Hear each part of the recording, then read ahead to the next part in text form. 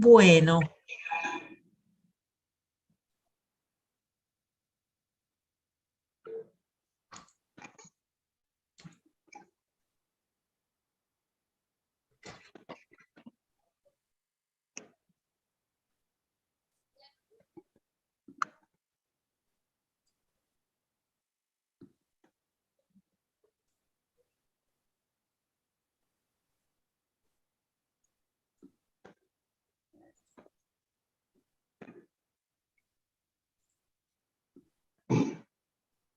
¿estamos ya para comenzar entonces? Sí, porque son y 9, así que ya podés dar la bienvenida, así luego Perfecto. hago la presentación. Bueno, les damos la bienvenida a esta primera conferencia. Esperen, esperen que estamos al mismo tiempo sonando en YouTube y en Zoom. Vuelvo a empezar. Ahora sí. Bueno, les damos la bienvenida a este ciclo de conferencias Sahel en Red. Esta es la primera conferencia y nos honra con su presencia el doctor José del Valle, a quien conocemos personal y académicamente, creo, de manera muy especial. Creo que ya forma parte de la bibliografía de todos nuestros cursos. Eh, y bueno, luego Ale nos dará algunos detalles más de su trayectoria. Yo simplemente quiero agradecerle muy especialmente a José su disposición para estar acá hoy y abrir este ciclo de conferencias con su presencia. Realmente nos honra y nos enorgullece contarlo entre... Eh, como apertura de nuestro ciclo. Por supuesto, todas las actividades de Sahel son posibles gracias al trabajo en equipo que realizamos tanto desde la comisión directiva, la comisión fiscalizadora y los socios, las socias y les socios de Sahel, que nos permiten llevar adelante actividades como estas y, por ejemplo, nuestro próximo congreso, que es lo que les recuerdo a todos y todas, que todavía está abierta la convocatoria para el envío de trabajos, que el encuentro es en mayo en General Roca, que si Dios quiere y la pandemia no lo impide, ni ninguna otra catástrofe global, será presencial y en General Roca. Así que bueno, no hay mucho más para decir, más que volver a agradecer a José y a Alejandra por haber llevado adelante la tarea de comenzar a organizar este ciclo 2022. Ale, te dejo a cargo de la presentación de José. Muchas gracias, Andrea. Es un gusto enorme, un honor y un placer tener con nosotros a José del Valle, muy leído, conocido entre nosotros. Sin embargo, voy a comenzar con el ritual de las conferencias, que es hacer una presentación formal de nuestro conferencista. José del Valle es profesor e investigador de sociolingüística hispánica en el Centro de Estudios de Posgrado de City University of New York, la Universidad Pública de Nueva York. Su trayectoria profesional como docente se desarrolló primero en la enseñanza del español en Estados Unidos y posteriormente en la formación de investigadoras en el campo de la sociolingüística hispánica, apoyado en su formación en sociolingüística histórica y teoría del cambio lingüístico. Su trabajo posterior, enmarcado en la teoría glotopolítica y en el concepto de ideologías lingüísticas, gravitó hacia la estandarización del español y su dimensión política y pedagógica.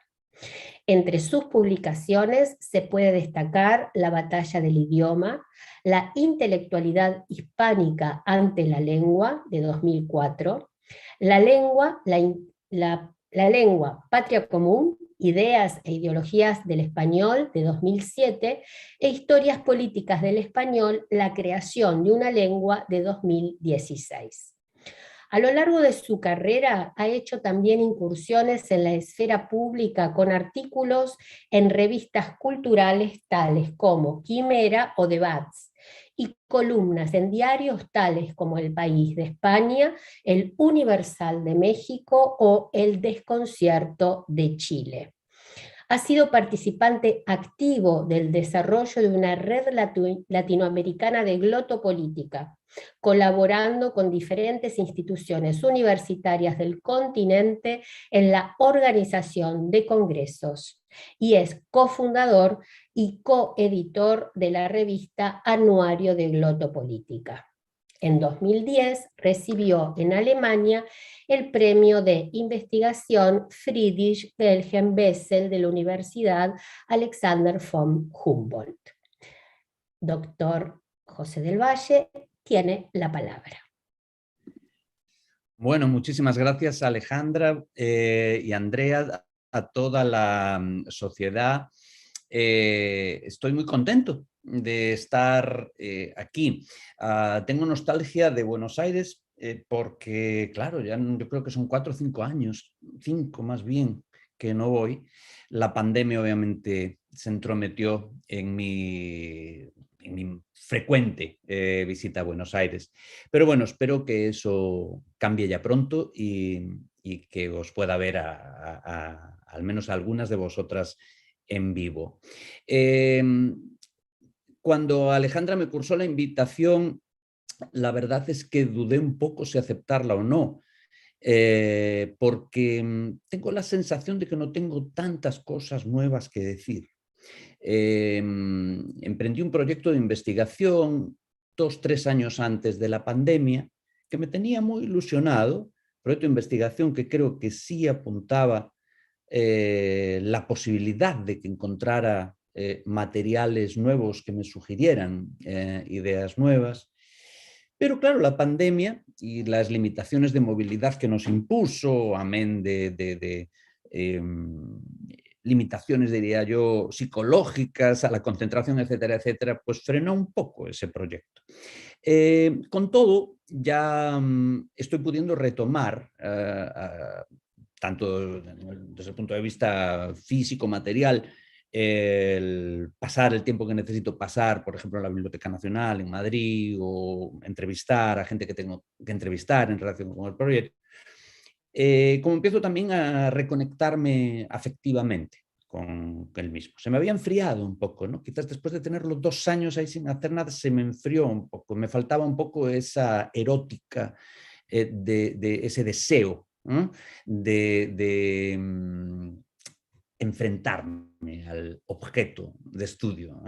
Pero estoy retomando, estoy recuperándolo progresivamente, así que de verdad que os agradezco mucho que me hayáis dado la oportunidad de forzarme a volver a aquellos materiales y decir, vamos a ver, de qué iba todo aquello y hacia dónde creo que puede ir. Entonces se me ocurrió como una nueva forma de abordarlo el título que os mandé, Viejas y nuevas historias de la lengua, con el subtítulo Regímenes filológicos y comunidades políticas. El origen de esto lo voy a situar, porque bueno, cualquier historia es lindo anclarla en algún mito de origen. Bueno, el mío para este proyecto es el siguiente. En el año 2003, yo tuve que impartir por primera vez en mi carrera un seminario a nivel doctoral de historia de la lengua española. Lo había hecho antes, pero a nivel de grado, a nivel de máster, mientras que fue la primera vez que tuve que hacerlo a nivel doctoral. Entonces recuerdo perfectamente que yo acababa de ser contratado por la City University of New York y que en aquel momento era el catedrático que ejercía de mentor mío, un argentino, Isaías Lerner, un filólogo argentino de extraordinaria importancia, que en paz descanse, o en guerra, probablemente esté más feliz si descansa en guerra. Claro, heredé de Isaías la historia de la lengua española, ¿no?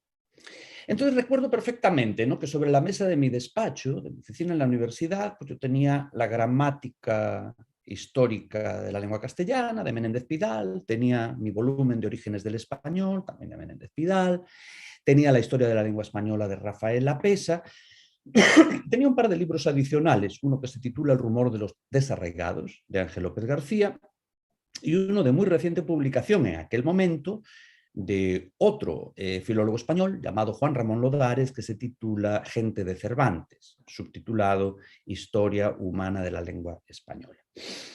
Entonces me acuerdo, al pensar esta materia, Historia de la lengua, en clave doctoral, es decir, cómo transformar estos contenidos en contenidos que tengan el tipo de estímulo intelectual que tiene que tener un doctorando o una doctoranda, recuerdo haber reparado en la heterogeneidad de la historia de la lengua, de la historia de la lengua como género textual, me refiero ahora.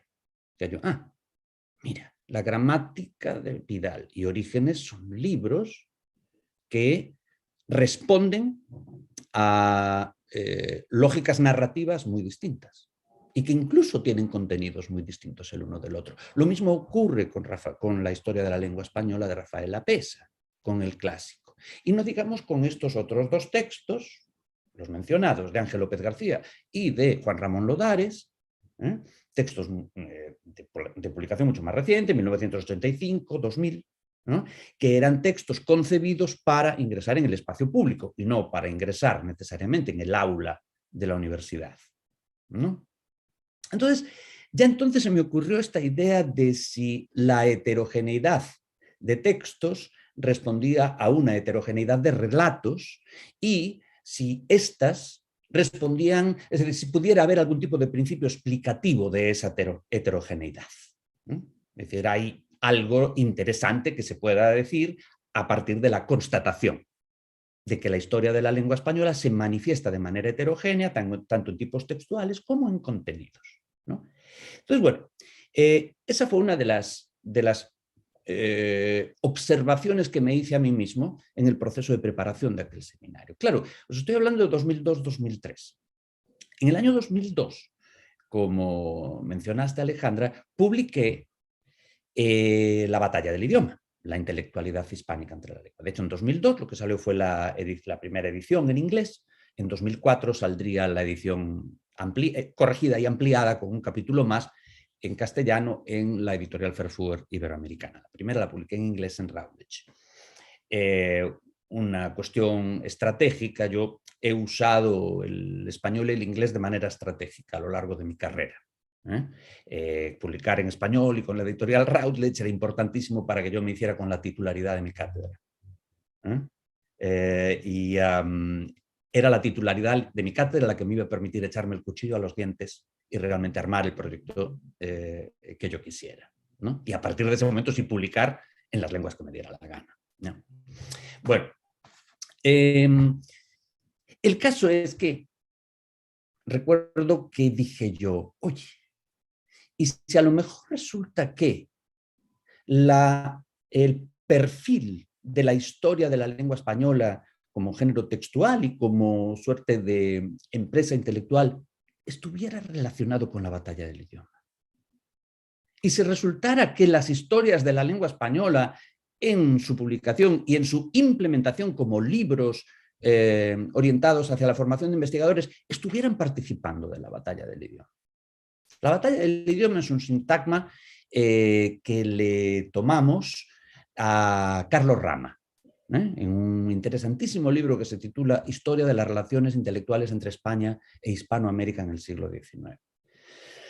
Carlos Rama, que entiendo que es hermano de Ángel Rama, del autor de La ciudad letrada,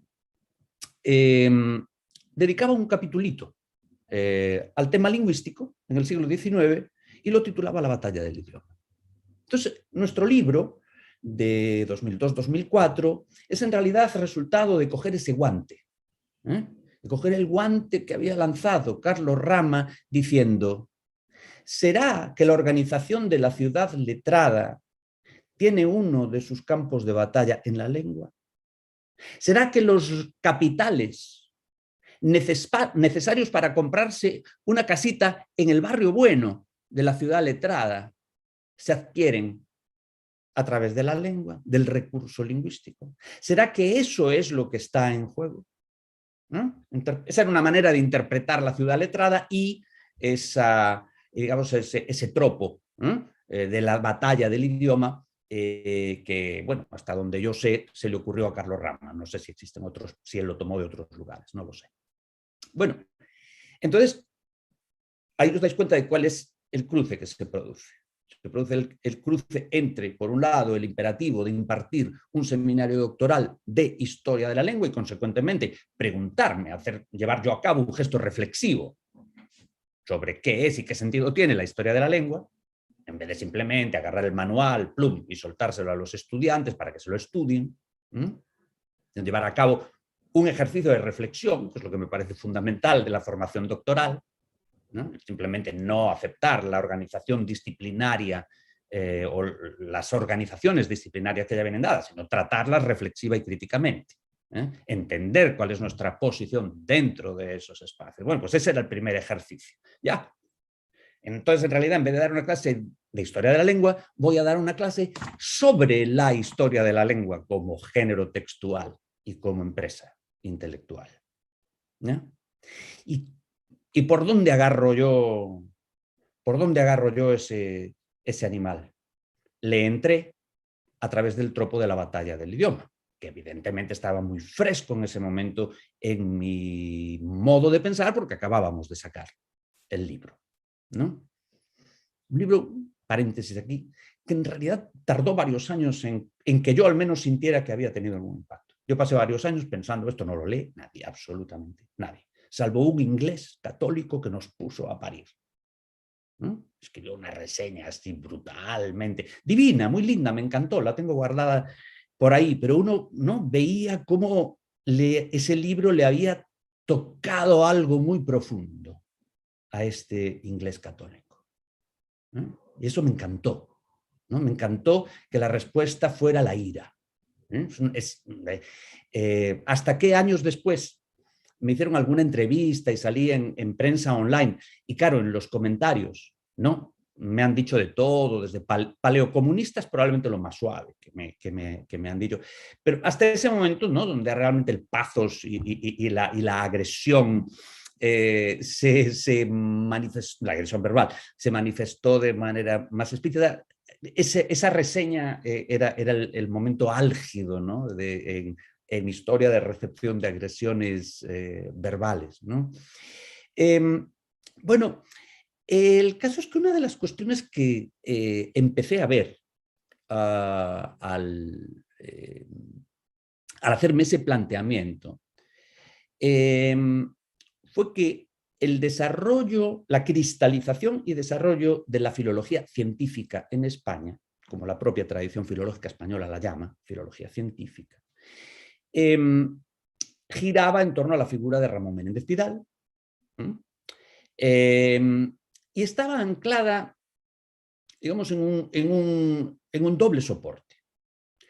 Uno era la capacidad de Menéndez Pidal para ingresar en una disciplina y hacerlo de manera destacada, es decir, básicamente asumir las premisas teóricas de esa disciplina, la gramática histórico-comparativa, ¿no? Y llevar adelante proyectos intelectuales, digamos, hermenéuticamente perfectos, ¿no? Desde dentro de su paradigma, y un resultado de eso es la gramática histórica de la lengua castellana, Manual de Gramática Histórica de la Lengua Castellana, de 1904, la primera edición. Entonces, ese es uno de los pies en los cuales se soporta el proyecto, ¿no?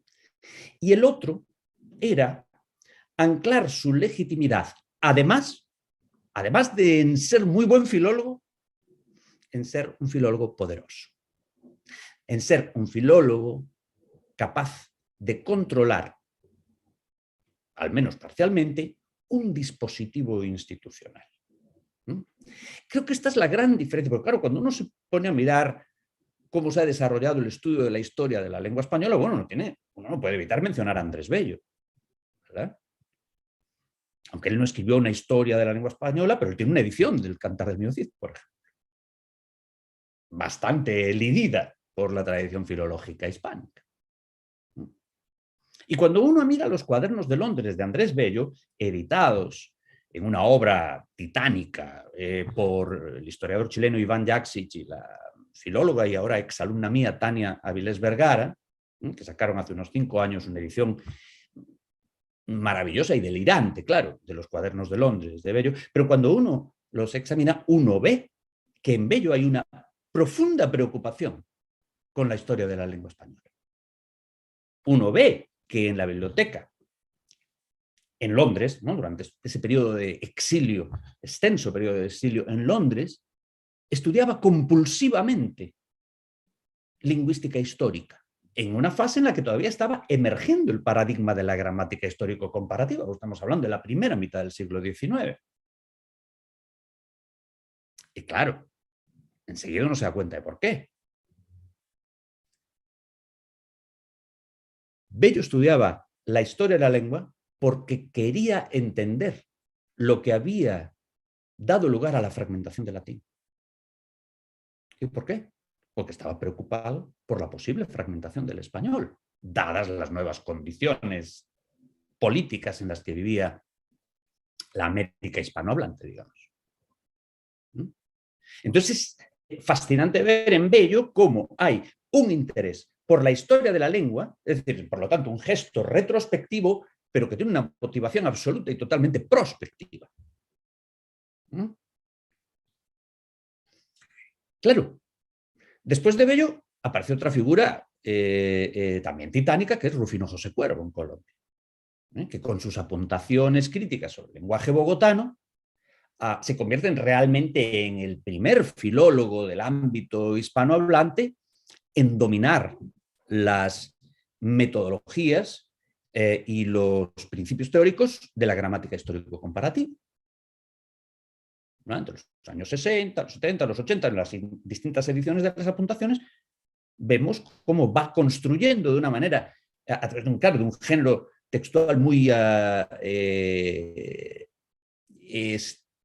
¿cómo lo califico? Digamos que es muy estimulante pensar por qué Cuervo escribe la historia del español como apuntaciones sobre el lenguaje bogotano.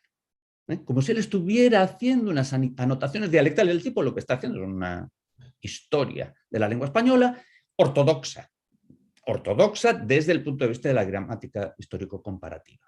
Claro, Cuervo trabaja en la soledad de su casa en Bogotá y luego en París, a donde se desplazó porque él y su hermano vendieron la fábrica de cerveza y con ese capital se fueron a vivir para allá. Entonces uno piensa, ¿cuál es la diferencia entre Bello, Cuervo y Menéndez Pidal? Ni Bello ni Cuervo hicieron escuela, mientras que Menéndez Pidal dispuso de los recursos necesarios para construir una escuela.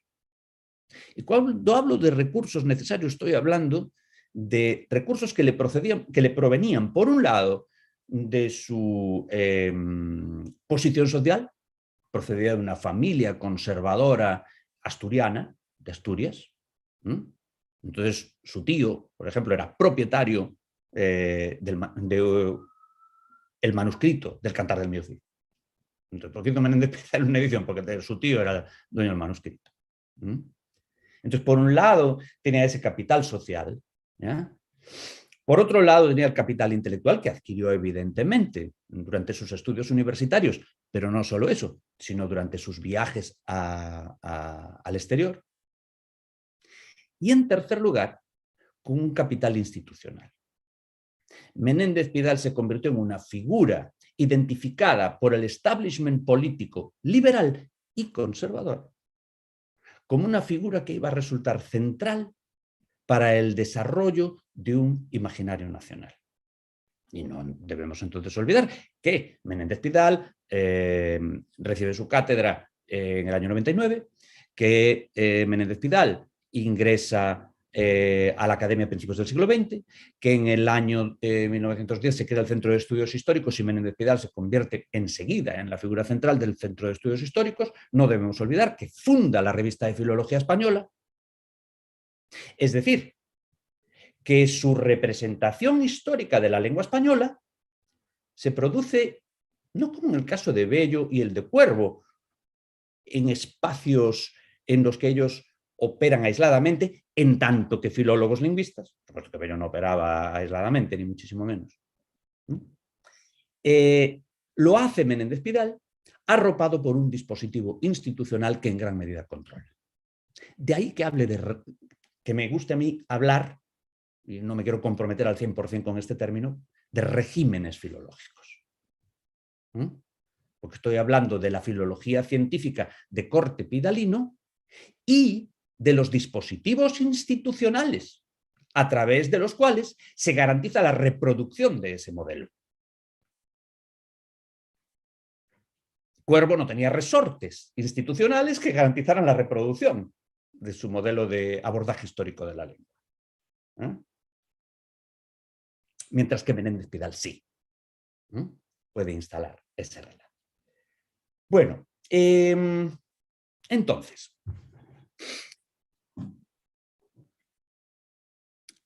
salto a otro seminario. Este me toca darlo ya más recientemente. Cuando yo ya me he echado el cuchillo a los dientes, de hecho ya me he quitado el cuchillo de los dientes, ya he acuchillado más de un libro y más de una figura por ahí. Y me he llevado mis cuchilladas yo también, que eso es lo divertido del juego. Bueno, aquí estoy instalándome en el año 2015. Y en ese momento, junto con un colega amigo de la Universidad de Princeton, de aquí, un chico más joven que yo, bastante más joven que yo, gallego también, que se llama Germán Labrador, especialista en estudios culturales españoles.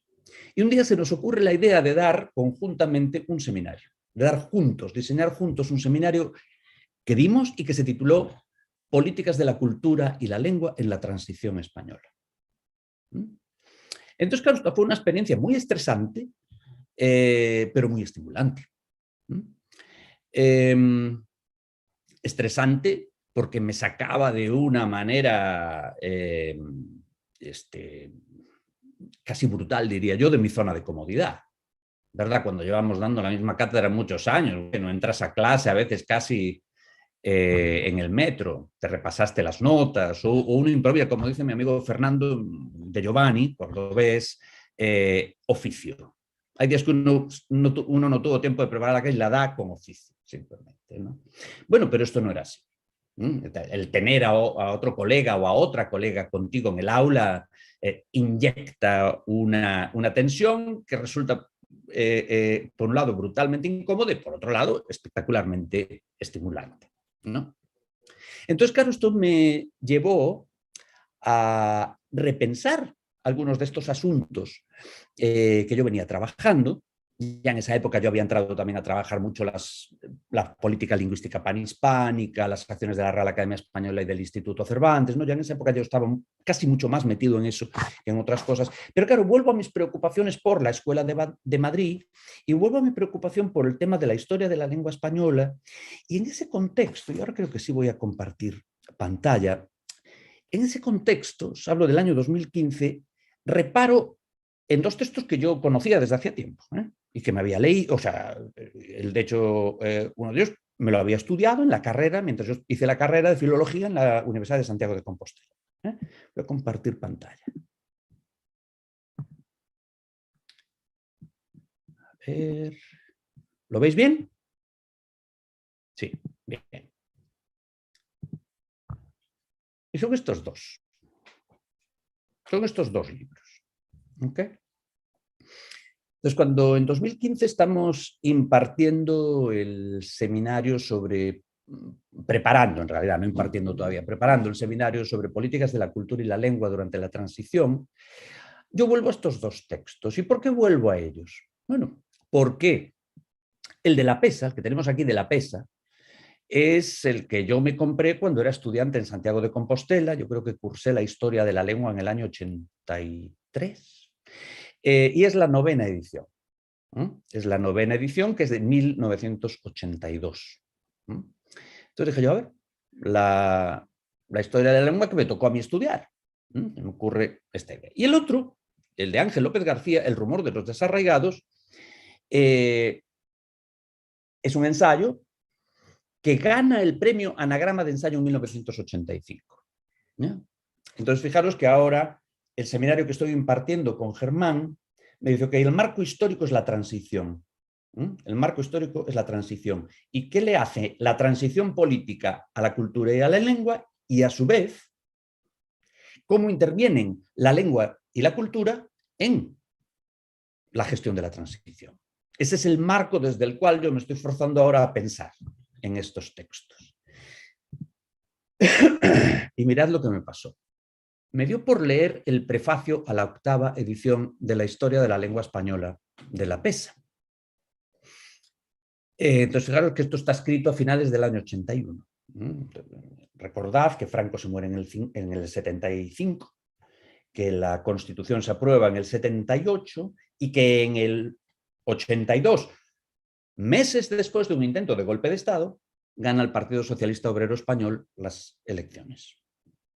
¿Bien? Entonces, hay gente que considera ese periodo como la transición. Yo uso la palabra transición un poco más ampliamente, ¿no? Es la transición como un proceso, que efectivamente esos son los años del corazón del proceso, pero bueno, que se prolonga evidentemente. Bueno, pues en medio de eso, Rafael Lapesa escribe este prólogo a la historia de la lengua española, ese texto que existía desde los años 40. Y que había visto distintas ediciones y distintas reimpresiones. Y si no os importa, lo voy a leer. Lo leemos juntas rapidito. Sale de nuevo Otras peripecias que no vienen al caso, un libro nacido hace mucho tiempo, en circunstancias que sí merecen recuerdo. Corría el año 1937. Atención a eso. La Guerra Civil Española, del 36 al 39.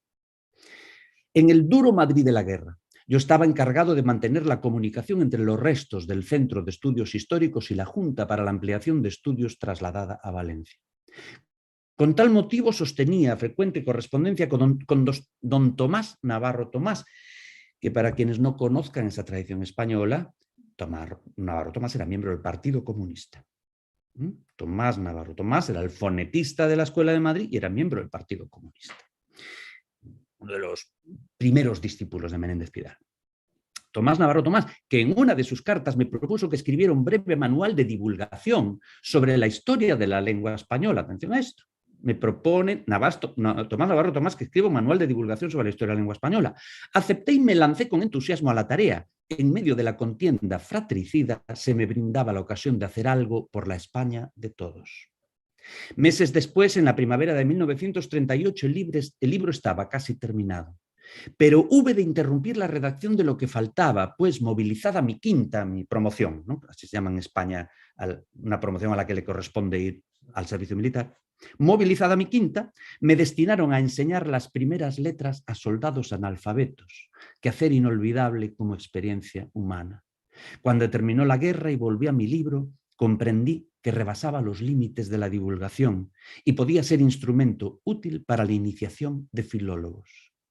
La acogida que tuvo en ambientes universitarios y revistas lingüísticas me hizo incorporar en ediciones sucesivas, bla, bla, bla. Lo que más me interesaba señalar ya está dicho. Fijaros, ¿cómo leo yo esto? Rafael Lapesa, un liberal.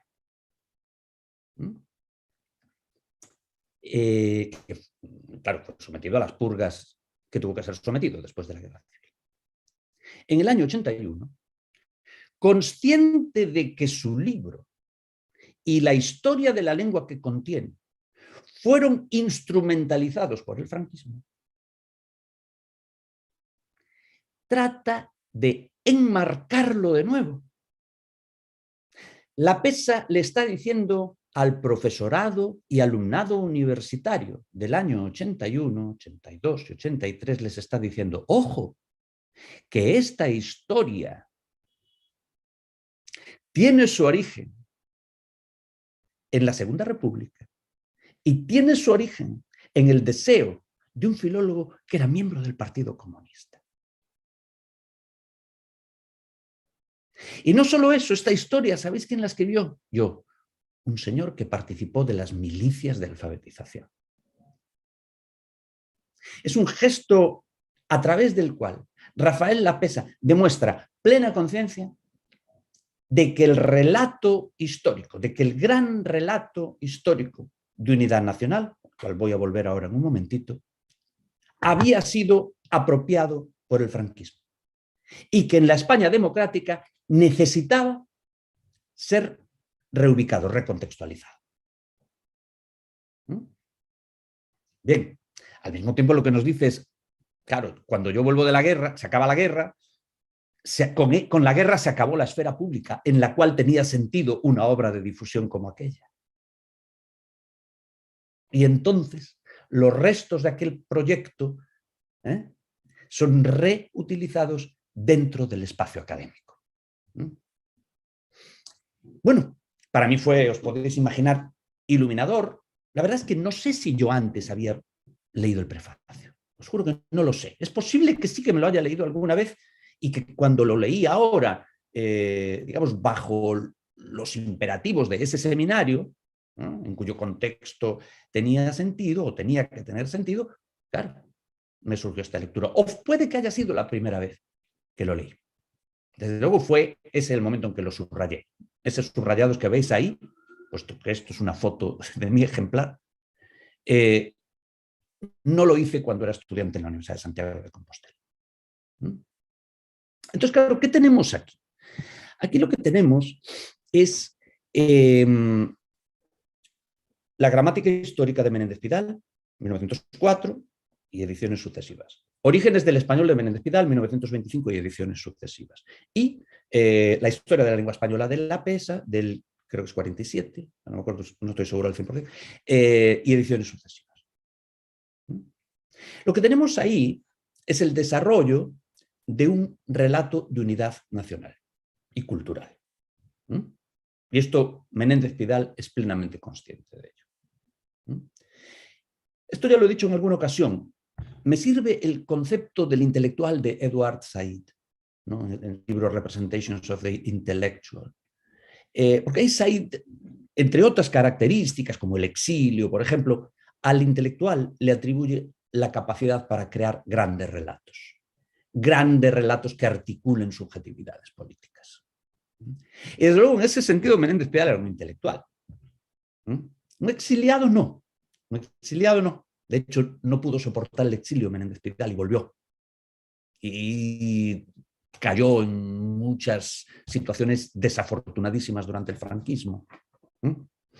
Aún así, yo rescato la condición de liberal para Menéndez Pidal, por más que en España se refieran a mí como antipidalino. Yo rescato la condición de liberal para Menéndez Pidal.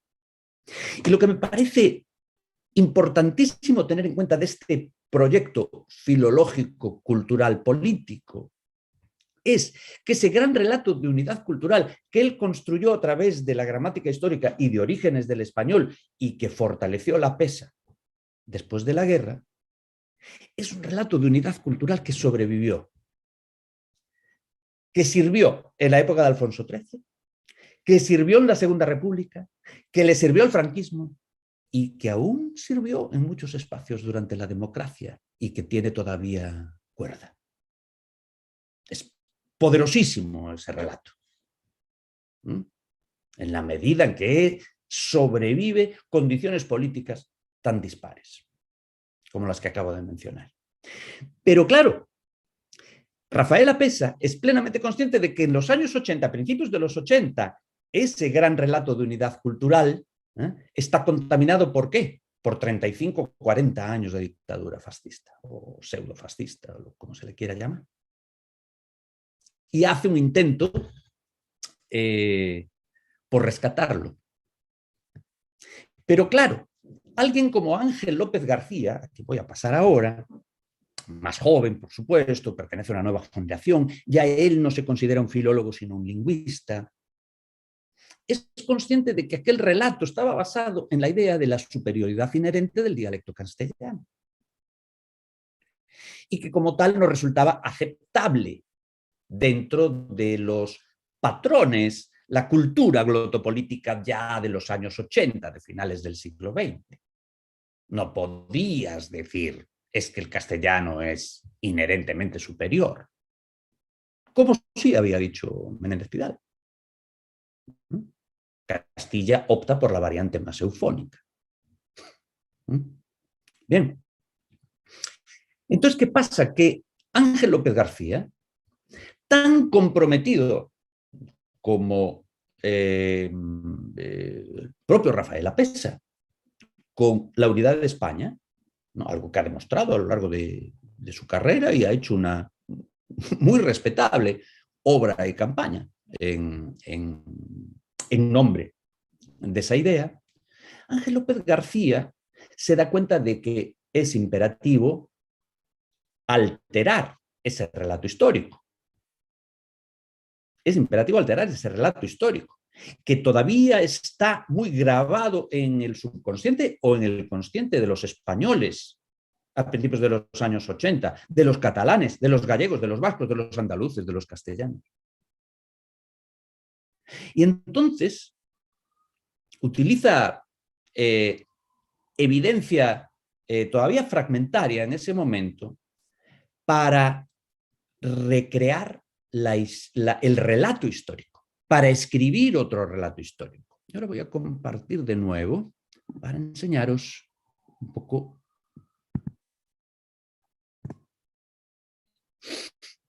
Aquí lo tenemos. Vamos a leer un par de parrafitos nada más. Aquí dice, esto es una introducción al ensayo. Sin embargo, como se intenta mostrar a lo largo de este trabajo, en el fondo, el problema sociopolítico de Iberoamérica y el problema sociolingüístico de la península constituyen históricamente un mismo problema. Fijaros que, como detrás de esta redacción está inscrito el relato de unidad, y además Iberoamérica está metida ahí. Es lo mismo. ¿Cuál es el problema? El de la radical incomprensión, casi siempre interesada en beneficio de ciertas minorías dirigentes, del carácter coinético de las lenguas y de la civilización hispánica. Entonces, fijaros que aquí Ángel López García está proponiendo un relato de unidad, pero ya no basado en la superioridad del dialecto castellano, sino basado en la propuesta, la hipótesis de que el español en su origen es una variedad coinética, en cuyo desarrollo pues, intervienen desde las variedades de Castilla, las aragonesas, las leonesas y hasta el vasco. En un punto del ensayo dice, si el latín es la madre, el euskera es el padre del español. ¿No? Un tropo muy bonito, yo encuentro. Uy, ¿qué pasa? Ahí. Quisiera que leyéramos un poquito más de esta página, ¿no? Esto es la página 18, me he saltado aquí 7 páginas, pero aquí de lo que está hablando Ángel es de la necesidad de que este nuevo relato histórico penetre en la sociedad. Porque este nuevo relato histórico, dice él, está basado evidentemente no en la pura imaginación, sino en evidencia obtenida desde el rigor disciplinario de la lingüística y de la filología. Entonces, ¿cómo hacemos? Entonces dice esto, en estas circunstancias, leo, se plantea la difícil tesitura de cómo colaborar a una pacificación de las tensiones lingüísticas peninsulares y sobre todo la de qué tono adoptar en la exposición, pues el fondo del asunto está clarísimo, luz y taquígrafos, me gusta mucho esa expresión, luz y taquígrafos, no sé si se usa en Argentina, luz y taquígrafos, ¿no? Claridad y transparencia, claridad y transparencia. Bueno, no es ciertamente la nuestra una cultura acostumbrada al nivel medio del ensayo. No estoy muy de acuerdo con eso, pero bueno, no importa. Él dice, no estamos acostumbrados al ensayo. Entre el artículo científico y la crónica periodística parecen no existir zonas intermedias, como si se tratase de 2 compartimentos estancos, sólido y elitista el uno, fungible pero socialmente eficaz el otro. El que intente abordar el difícil género ensayístico sabe que se expone a la incomprensión de unos y de otros. Los colegas no le perdonarán la trivialización, porque la excusa de lo escrito a vuela pluma y con la finalidad efímera del artículo de fondo de los diarios, no puede ser aducida en legítima defensa.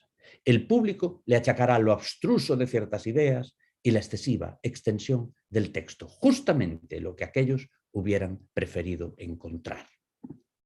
Bueno, Ángel López García, en este ensayo, que, repito, fue premiado con el premio Anagrama de Ensayo en 1985, está avanzando un nuevo relato histórico sobre la lengua española y está reivindicando la necesidad de que el filólogo y el lingüista salten a la esfera pública y que lo hagan a través del ensayo, dice.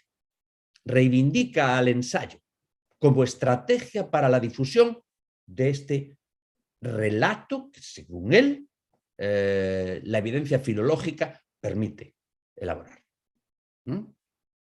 Y este es un relato, el que identifica los orígenes del español como coinéticos, es un relato que va a ser apropiado para las necesidades de la España de finales del siglo XX. Porque si el relato pidalino, ¿no?, que sitúa el origen de la lengua en el dialecto de Castilla, es un relato consistente con las necesidades del nacionalismo liberal español, el relato de la lengua coinética, de una lengua que tiene la capacidad para expandirse más allá de formas lingüísticas locales y más allá de las adherencias culturales que puedan tener esas formas lingüísticas locales, es un relato que se presta a las necesidades de una España que durante la transición trata de instalarse, obviamente por un lado, como parte del aparato de defensa de Occidente al ingresar en la OTAN, y por otro, como un jugador importante en los equipos del capitalismo global. Y en este sentido, una representación de la lengua española como una lengua coinética, como una lengua con capacidad natural para la expansión, resulta perfecto. Entonces aquí aparece una nueva historia de la lengua española. ¿Bien? Bueno, la verdad es que me falta un rato, pero me doy cuenta que son ya casi las 7 aquí en Nueva York, 8 allá. Así que si me permitís, voy a saltarme una serie de cosas, concluiría, porque sí que me gustaría que dialogáramos. ¿Os parece bien, Alejandra? ¿Está bien? Sí, perfecto. Vale, Si querés avanza y cerrá y así podemos intercambiar. Eso es, voy a hacer un cierre. Bueno, entonces lo que ocurrió a partir de este momento fue que yo inicié un proyecto de investigación, este que os comentaba, que se vio interrumpido durante la pandemia, ¿no? Lo que yo dije fue, vamos a ver, ¿qué pasa durante la transición con la historia de la lengua, con la representación histórica de la lengua? Entonces, ¿cómo miro yo a esto? ¿Cómo trato de contestar a esta pregunta? Bueno, primero lo que voy a hacer es mirar qué pasó en el seno de la filología española, en el seno de los departamentos de filología española y en el seno de las cátedras de historia de la lengua española. Entonces, abordo eso con dos métodos. Uno, bibliográfico, horas en la Biblioteca Nacional, en Madrid, viendo qué se publicaba, qué publicaba aquella gente. Me focalizo en las universidades de Madrid, bueno, por ser las universidades de Madrid, pero sobre todo por razones prácticas, evidentemente, ¿no? Todas las universidades españolas son muchas. Entonces, lo primero, bueno, ver qué publicaba esta gente. Y la segunda estrategia, entrevistas. Entonces, conseguí entrevistar a varias personas, como eso aún no lo tengo terminado, pues bueno, no cito ni los menciono, pero personas que eran catedráticos de historia de la lengua española, o de español, de lengua española, como se dice en España, y que ya en los años 80 eran profesores. En aquel momento eran profesores jóvenes o relativamente jóvenes. Y pude entrevistar a alguna gente que eran estudiantes, gente más o menos de mi edad, que eran alumnos o alumnas en aquel periodo. Y algunas, incluso igual que yo, todavía conservan los apuntes de esas clases. Entonces, esta fue una de las estrategias que empecé y, como digo, se vio interrumpida. La otra fue, bueno, la esfera pública. La esfera pública te lleva, la abordé, o el espacio público, ¿no? Tampoco quiero comprometerme con el término de Habermas demasiado. El espacio público lo abordo a través del peinado de la prensa, porque todavía en los años 80, evidentemente, sigue siendo un lugar central de constitución de ideologías. Actualmente tienes que mirar Twitter, tienes que mirar otra cosa, pero estaba menos diversificado en el momento. Y claro, y las editoriales que publican trabajos de difusión, ¿no? Y luego otro tema, del cual no voy a hablar, que es eventos de memorialización lingüística, ¿no? Que eso es muy interesante, era lo que más entusiasmado me tenía, y eso está interrumpido ya. Pero bueno, estoy hablando de estatuas, monumentos y cosas de celebraciones públicas y todo esto, ¿no? Bueno, entonces, ¿a qué conclusiones llegué? Preliminares, muy preliminares, obviamente, ¿no? Primero, que tenemos en efecto las viejas y las nuevas historias de la lengua española, ¿no? Que yo os he ilustrado a través de estos dos ejemplos. Sin embargo, no son producto de un nuevo régimen filológico. es el mismo régimen filológico. ¿Qué quiero decir con esto? Que hay una continuidad metodológica, teórica y disciplinaria entre la gente que está trabajando en los años 80 y en los años 90 todavía sobre la historia de la lengua española y la escuela vidalina. Una continuidad que en algunos casos incluso es de apellidos. Estamos hablando de familias. En otros casos, simplemente, digamos, del árbol genealógico puramente académico. Pero hay una continuidad que no solo se puede construir como árbol genealógico, en algunos casos familiar y en otros académico, sino que se puede apreciar en los contenidos y en las bases teóricas. Es decir, que no deja de ser chocante para mí el grado hasta el cual la filología española se resistió a la innovación teórica. ¿Verdad? Igual aquí meto una nota de página, ¿no?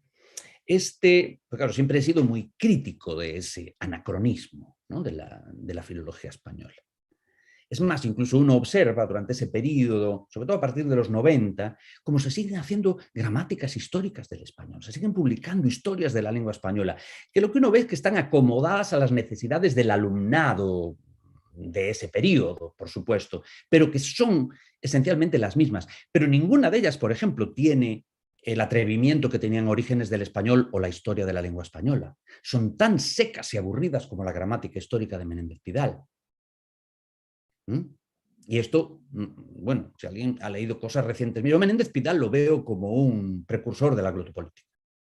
Lo he reivindicado como un precursor de la glotopolítica. Pero insisto, hay un compromiso con el trabajo más riguroso en el peor sentido de la palabra, ¿no? Ese rigor que remite más a rigor mortis que a ninguna otra cosa, ¿no? Con todo, fijaros que últimamente, porque claro, si te quedas afuera de la historia, suficiente tiempo, como la historia, pues historia es, de repente te agarra de nuevo, te recontextualiza y te da valor.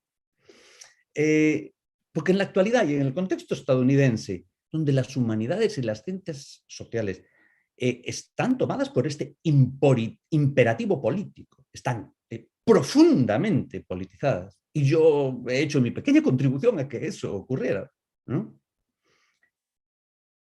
Llego a sentir una cierta admiración por esa investigación erudita, ¿no? Es que en este momento, digo yo, en Estados Unidos, yo no tiene nada de rebeldía lo que yo hago. Rebelde sería un filólogo que se pasa 30 años haciendo las notas a pie de la edición para unas notas a pie de página. Eso es un acto de rebeldía en la actualidad. En fin, quería decir eso un poco como para equilibrar y poner en contexto mi posicionamiento crítico, ¿no? hacia ese análisis. No lo estoy justificando, sino que estoy viéndole ahí un bucle potencialmente interesante, ¿no? A la persistencia del anacronismo. Y entonces, bueno, ya os digo, no percibo en mi investigación que se haya producido que haya emergido un nuevo régimen filológico. Dentro del mismo régimen filológico ha surgido una nueva historia adaptada a las necesidades. Y claro, lo que sí se ve claramente, y esto es muy evidente ya con el primer trabajo bibliográfico que hice, es que a partir del 92 sí que hay un cambio cualitativo que tiene que ver con ¿qué? Con la atención al español de América. A partir del año 1992, por razones obvias y que tienen mucho que ver con la aparición del Instituto Cervantes y posteriormente, pocos años después, la reinvención de la Real Academia Española, a través de ese compromiso histórico, pero nunca cumplido, del panhispanismo, ¿no?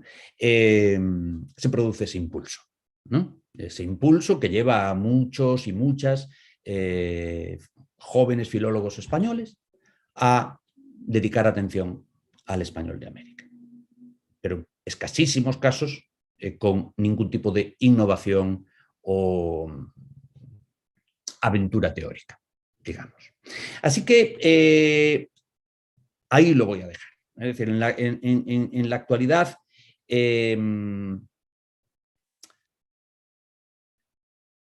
Lo que yo sospecho que puede estar ocurriendo es que solo filólogos y filólogas que sepan entrar al espacio público para construir y fortalecer relatos históricos que sirvan a los tiempos, van a poder ser operativos. De lo contrario, pasarán los pocos que vayan quedando, al ámbito de la antigüedad, con los méritos que puede haber en la antigüedad. Quiero acabar con esa apertura a la posible belleza de la lingüística histórica dura y seca. Gracias. Muchísimas gracias a vos, José, por esta magnífica conferencia, por compartir con nosotros tus reflexiones. Vamos entonces a dar lugar al intercambio con el auditorio, sea para preguntas puntuales, para comentarios. Tienen la posibilidad entonces de, si quieren, usar la manito o directamente desmutearse y poder tomar la palabra.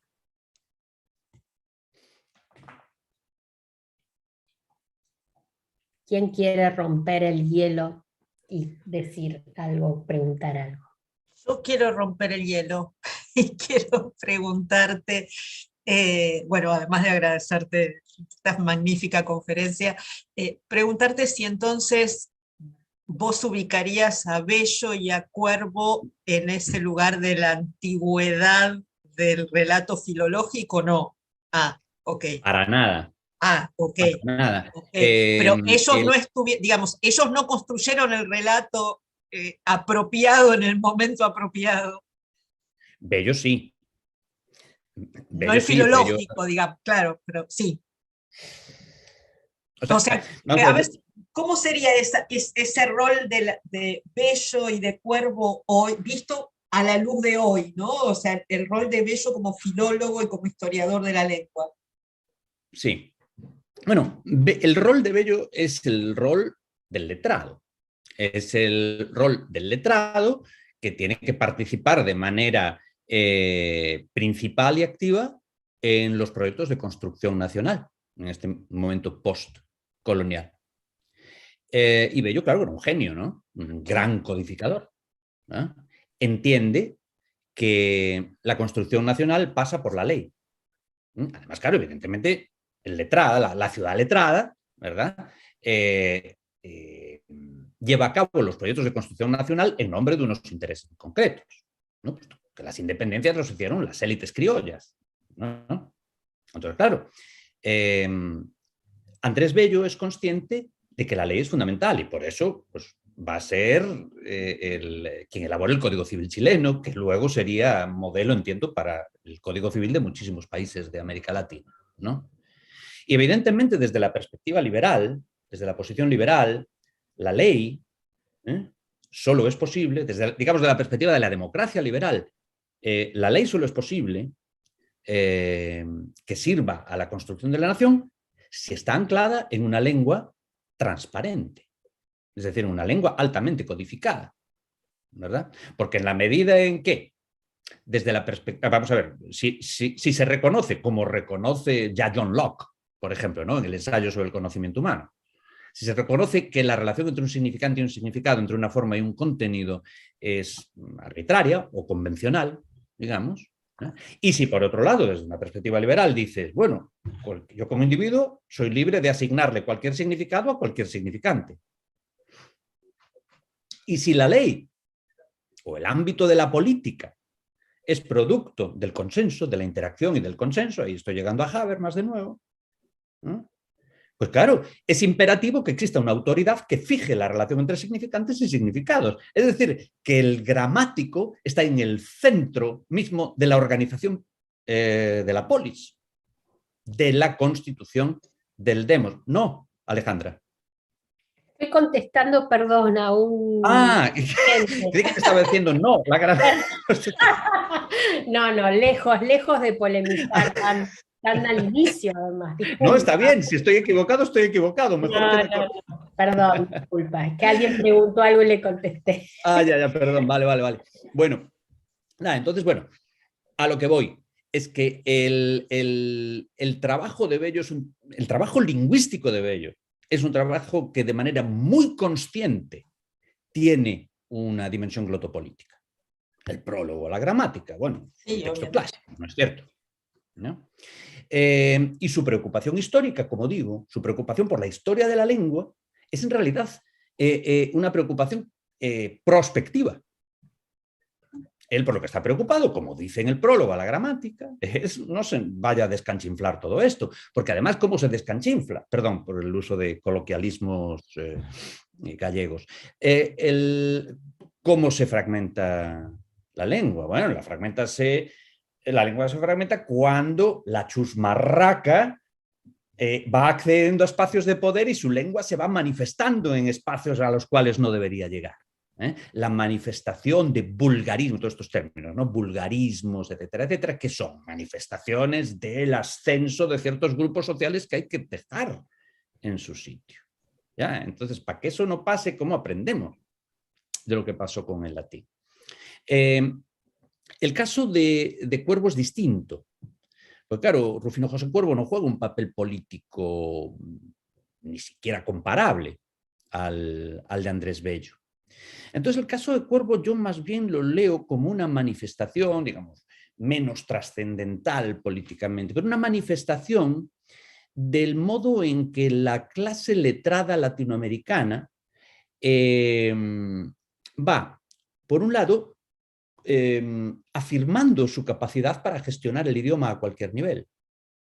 ¿Verdad? Porque, ¿en qué sentido la gramática de Bello, por ejemplo, es una gramática emancipadora, como le llamó Iván Jaksic, el historiador chileno y biógrafo de Bello? Es una gramática emancipadora no porque proponga una norma americana para la lengua, que no. En la batalla del idioma hay un capítulo que escribió Belfort Boré, un colega venezolano. La base empírica de Bello es el castellano castizo, del siglo de oro, ¿verdad? Y cuando defiende una variante americana frente a la española suele ser, ¿por qué? Porque en realidad los americanos han sido más fieles que los españoles digamos, al momento de mayor brillo de la lengua. Entonces, no es por ahí por donde está la emancipación lingüística, no pasa por el avance de una norma americana, sino que pasa por demostrar los americanos ya podemos gestionar el idioma, no necesitamos a la Real Academia Española ni a los españoles. Sí, Salvá escribió una muy buena gramática, yo me la leí y me sirvió mucho, dice Bello. Pero aquí está, la mejor gramática de la lengua castellana que hay, para uso de los americanos. Entonces, claro, Cuervo lo que está demostrando es que hay un americano que conoce perfectamente los protocolos de investigación y los avances teóricos de la lingüística histórico-comparativa y que puede adentrarse en la descripción histórica del español sin necesidad de ir a una universidad española o de que ningún español le dé su bendición, aunque le manda copias de sus cosas a Hartzenbusch y tal. O sea, al final les gustaba que les dijeran que estaba bien. Ese es un tema interesantísimo, que sería un proyecto vasto, que lo haga gente joven y con recursos, pero los epistolarios, ¿no? Es decir, y ver qué tipo de redes de legitimación estaban tratando de construir. Porque ahí sí que además creo que sería muy interesante ver en qué medida el eje transatlántico, es decir, haya todavía una suerte de dependencia de la conexión con España y en qué medida se están constituyendo redes propiamente latinoamericanas de circulación, de conocimiento y de legitimación. No lo sé, pero sospecho que ahí puede haber materiales muy interesantes que pudieran, según en qué dirección nos llevaran los datos, ayudar a reescribir ciertos aspectos de la historia cultural, ¿no? Entonces, claro, Cuervo lo que pasa es que se va a dar cuenta a finales de siglo de que esa actitud tan, ¿cómo decir?, fraternal hacia España, y por momentos incluso casi un poco excesivamente dócil, ¿no? Que no funciona porque los españoles, esa relación familiar, los letrados españoles me refiero, la van a organizar siempre de manera jerárquica y neocolonial. Y es por eso que se enzarza en la polémica con Juan Valera y lo manda a la mierda. Casi literalmente, no usa una palabra tan grosera como la que usé yo, pero bueno, para Cuervo, que era un señor católico, muy circunspecto y tal y cual, es bastante fuerte. Hasta aquí la fraternal amistad, ¿no? Le dice. Entonces, no sé si te contesté. Es decir, a ambos los veo como claramente anclados en su tiempo. En el momento en que Cuervo escribe, la gramática histórico-comparativa es la vanguardia de la investigación lingüística. Es interesantísima. Es decir, si yo hubiera vivido en ese tiempo, ojalá hubiera tenido temperamento para dedicarme a eso. ¿Mm? ¿Entiendes? Sí, ahora sí. Así me había quedado la confusión por lo que dijiste de que los trabajos filológicos de Bello habían quedado como opacados frente a la tradición filológica pidaliana, Sí, ¿no? sí, es que creo que sí ocurrió, porque de hecho hasta hace poco Nadia Altschuhn sacó un libro, hace poco, ya hace unos 10 años, la verdad, en el que reivindica la edición del Cid que hace Bello, ¿no? Pero Claro. sí que ha quedado muy, muy marginada, creo yo, creo, entre el medievalismo Sí, español y la ok. filología española. Muy bien, luego de este intercambio, ¿alguien más tiene ganas de hacer un comentario, alguna pregunta? Sí, yo quería comentar algo, Alejandra. Bueno, José, la verdad, hermosa la conferencia, sobre todo porque nos haces pensar y reflexionar críticamente sobre nuestra propia formación, ¿no? Como estudiantes también de historia de la lengua española.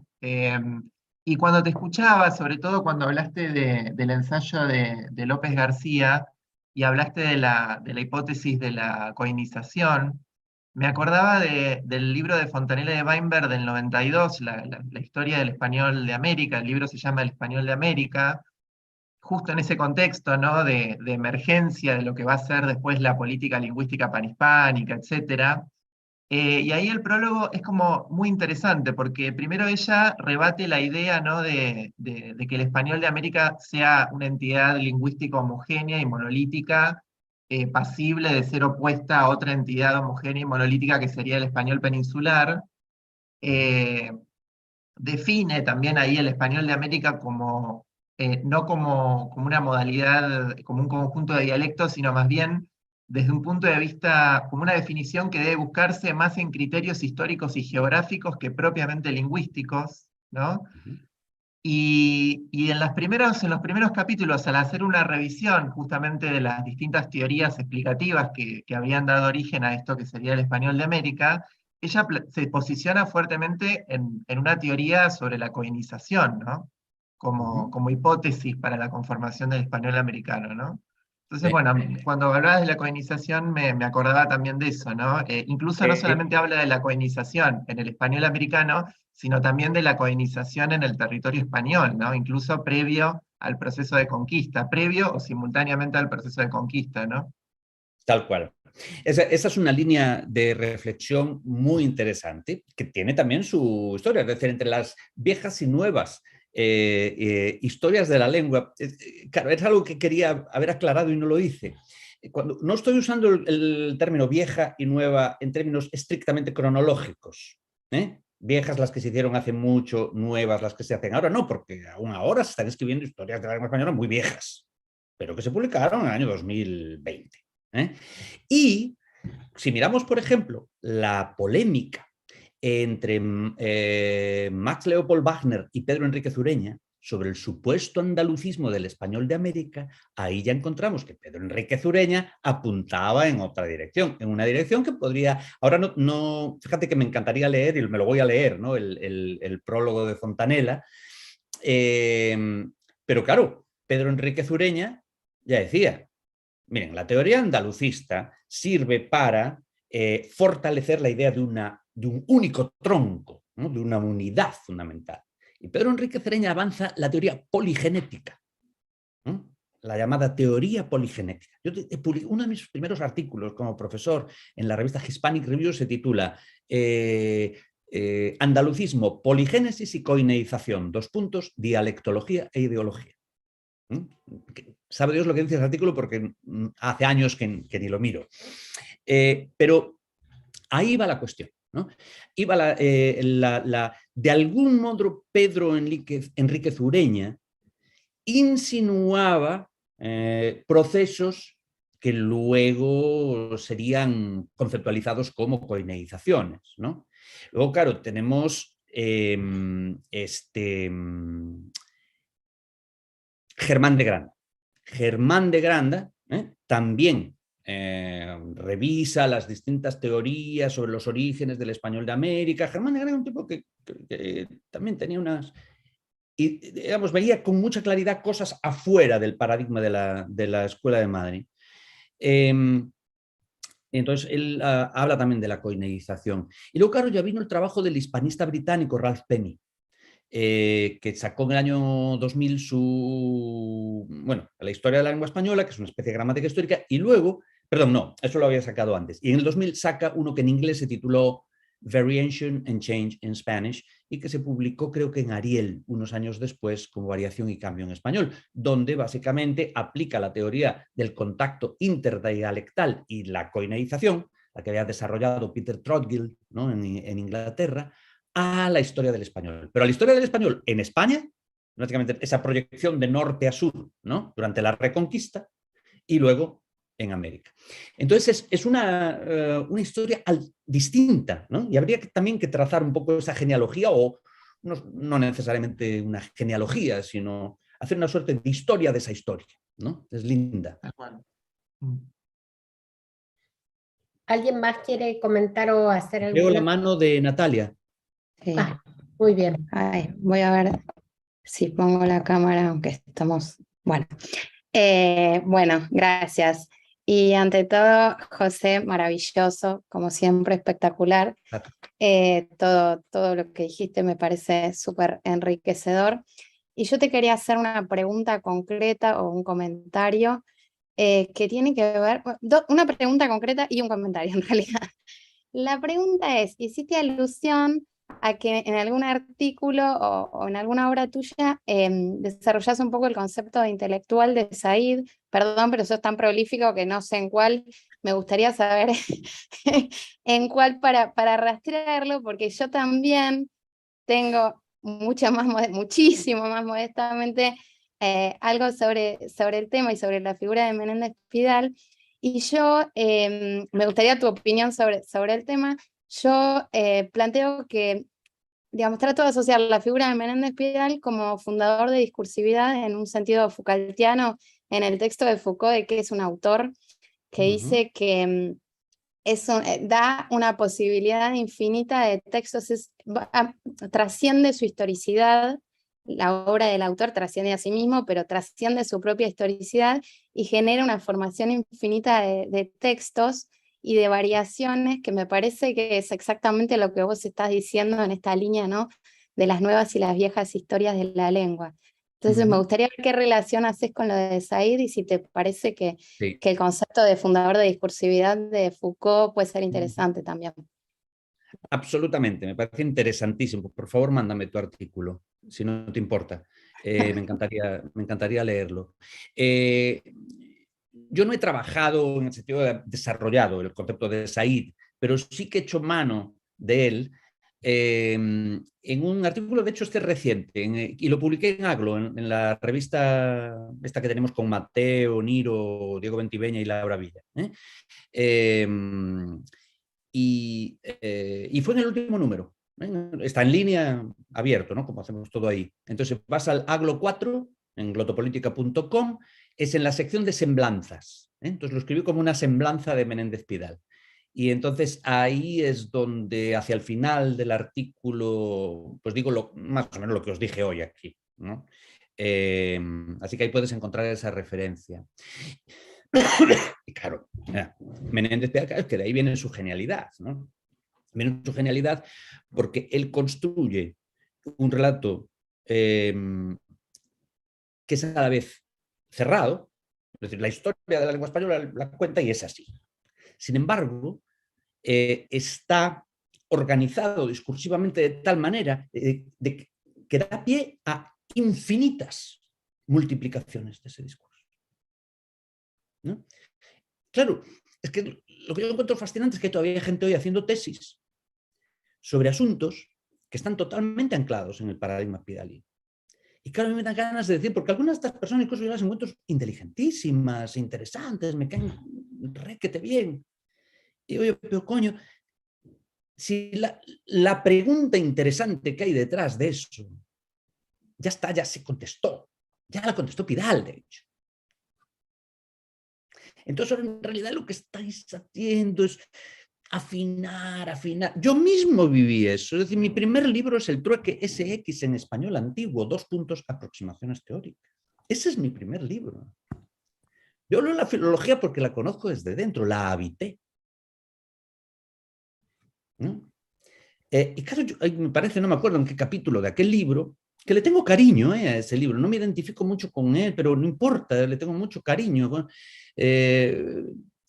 Acabó siendo bueno que yo supiera esas cosas y hubiera hecho todas esas cosas, ¿no?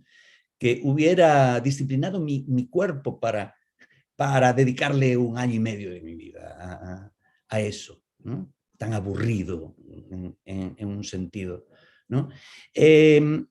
Y entonces, claro, se trata de ir perfeccionando las descripciones, pero, claro, inconsciente de que los problemas intelectuales que había detrás de aquellos textos, ya está, ya no son problemas intelectuales en la actualidad, ¿no? Hay muchas felicitaciones. ¿Alguien más quiere hacer una pregunta? Yo quisiera tal vez hacerle una pregunta que puede ser como un cierre, pero prefiero dar el espacio si alguien se quedó con ganas de decir o de preguntar algo. Bueno, José, ¿estás dispuesto? Porque ya estamos, ¿sí? Sí, Bueno. sí. Emiliano Batista dice, maravillosa exposición, muy productivo el encuentro, mis saludos.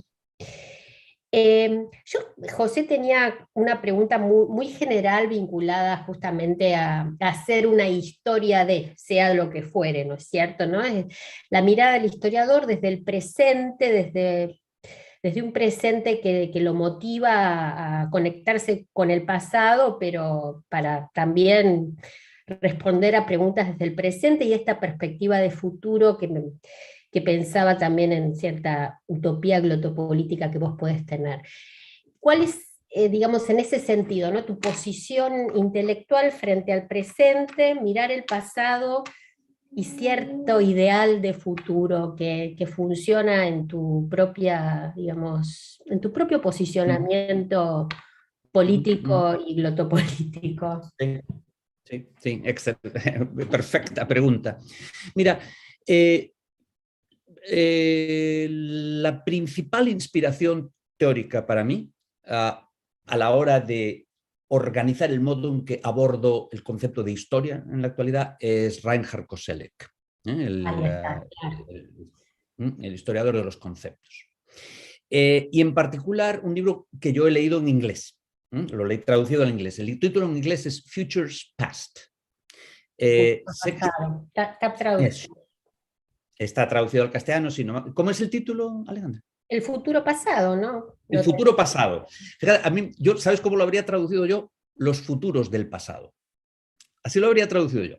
¿Por qué? Porque lo que para mí resultó revelador es ese gesto de decir, a ver, como historiadores e historiadoras, abordamos la reconstrucción de lo que pasó, digamos. Bueno, es que claro, ¿cómo reconstruimos más que lo que pasó, lo que está pasando? ¿Cómo reconstruimos lo que está pasando? Y claro, siempre cuando algo está pasando, el potencial de desarrollo es múltiple. Es decir, en cada momento se imaginan futuros distintos. Y esto, la verdad, es que Labov nos lo explicó muy bien. Nos dice, ¿qué es la variación? Bueno, la variación es una competición entre formas alternativas y puede ser que esa misma variación perdure en el tiempo o puede ser que una de esas formas triunfe. ¿Ya? ¿Qué hacía la gramática histórica? Simplemente trazaba la línea entre las formas que conectaba las formas triunfantes. Lo que nos dice Labov es, no, en cada momento hay una lucha entre variantes.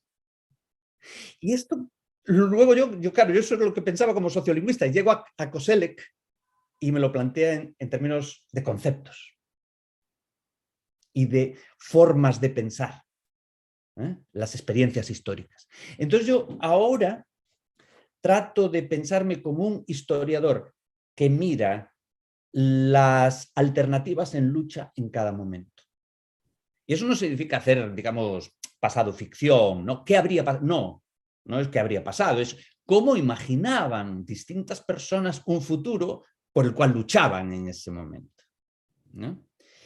Y otro autor que para mí tuvo una enorme utilidad, vamos, que fue una gran inspiración, fue Raymond Williams, ¿no? El escritor neomarxista británico de la escuela. Yo soy un gran admirador de la Escuela de Estudios Culturales de Birmingham, de Stuart Hall y de Raymond Williams en particular.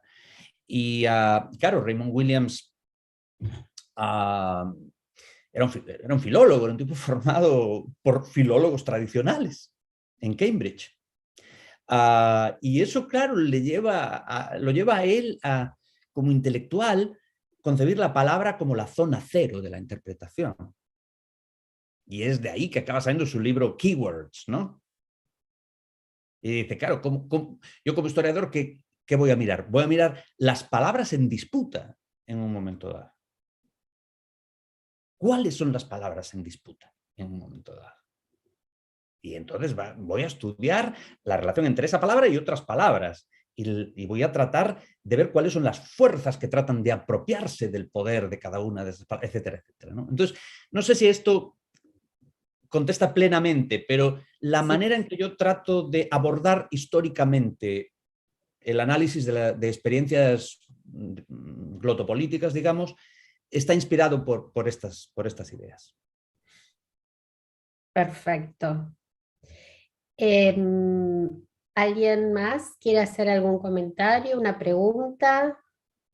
¿O despedimos y felicitamos a nuestro conferencista con un aplauso? Muchísimas gracias. Un placer. Esperemos tenerte físicamente en algún congreso próximamente en Argentina. Eso espero, tengo muchísimas ganas de volver, porque ya sabéis que yo tengo muchos afectos en Argentina y ya hace muchos años. Así que seguro que sí, seguro que pronto, porque por razones familiares paso mucho tiempo en Chile. Estás muy cerca. Y eso es un saltito, es un saltito. Así Tendrías que avisarnos, porque un viaje de Santiago a Buenos Aires es más fácil a veces de...